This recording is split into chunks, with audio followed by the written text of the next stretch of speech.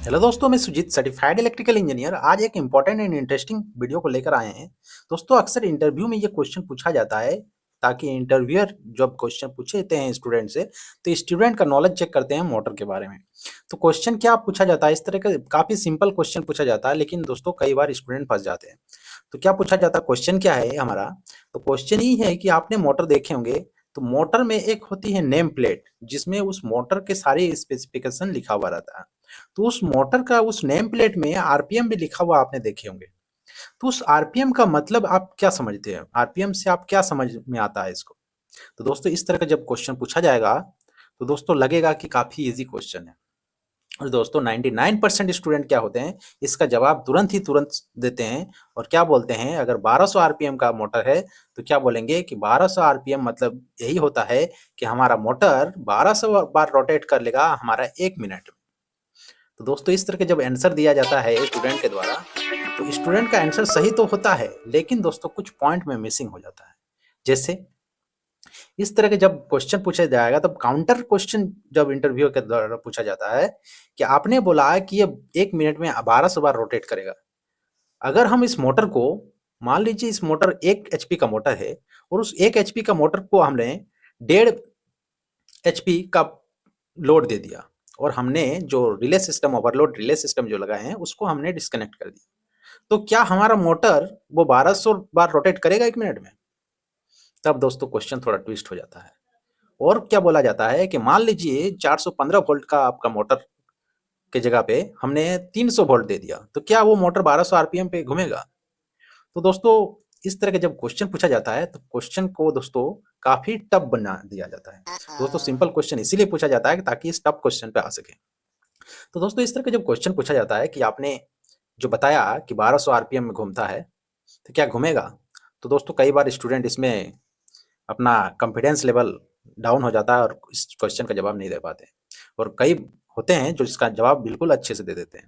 तो दोस्तों आरपीएम का मतलब क्या होता है? तो आरपीएम का मतलब आप जैसे ही जानते ही हैं कि आरपीएम का मतलब क्या हो गया, रेगुलेशन पर मिनट। मतलब एक मोटर आपका रोटेट करेगा 1 मिनट में कितनी बार, उसी को हम लोग बोलते हैं आरपीएम।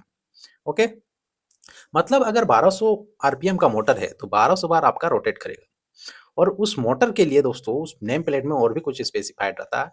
जैसे वोल्टेज मेजर आपका स्पेसिफाइड रहता है, आपका इसका आपका लोड स्पेसिफाइड रहता है। तो दोस्तों अगर मोटर को इस तरह के जब क्वेश्चन पूछा जाएगा तो आपको किस तरह से जवाब देना ताकि आप औरों से अलग हो जाए और आपका सिलेक्शन हो जाए। तो इस तरह का जब क्वेश्चन पूछा जाएगा तो आपको जवाब यही देना है कि सर जो मोटर का नेम प्लेट में आरपीएम रहता है वो रेगुलेशन पर मिनट तो है, 1200 अगर आरपीएम लिखा हुआ है तो 1200 आरपीएम में घूमेगा, लेकिन वो रेटेड वोल्टेज और रेटेड इफिशियंसी पे, रेटेड लोड पे अगर चलाया जाए उस मोटर को तभी ये 1200 आरपीएम पे घूमेगा, अन्यथा ये नहीं घूमेगा। ओके, तो ये तो रहा आपका इस क्वेश्चन का बेहतरीन ढंग से जवाब देने का तरीका। अब हम लोग बात करेंगे कि ये रेटेड का मतलब क्या होता है।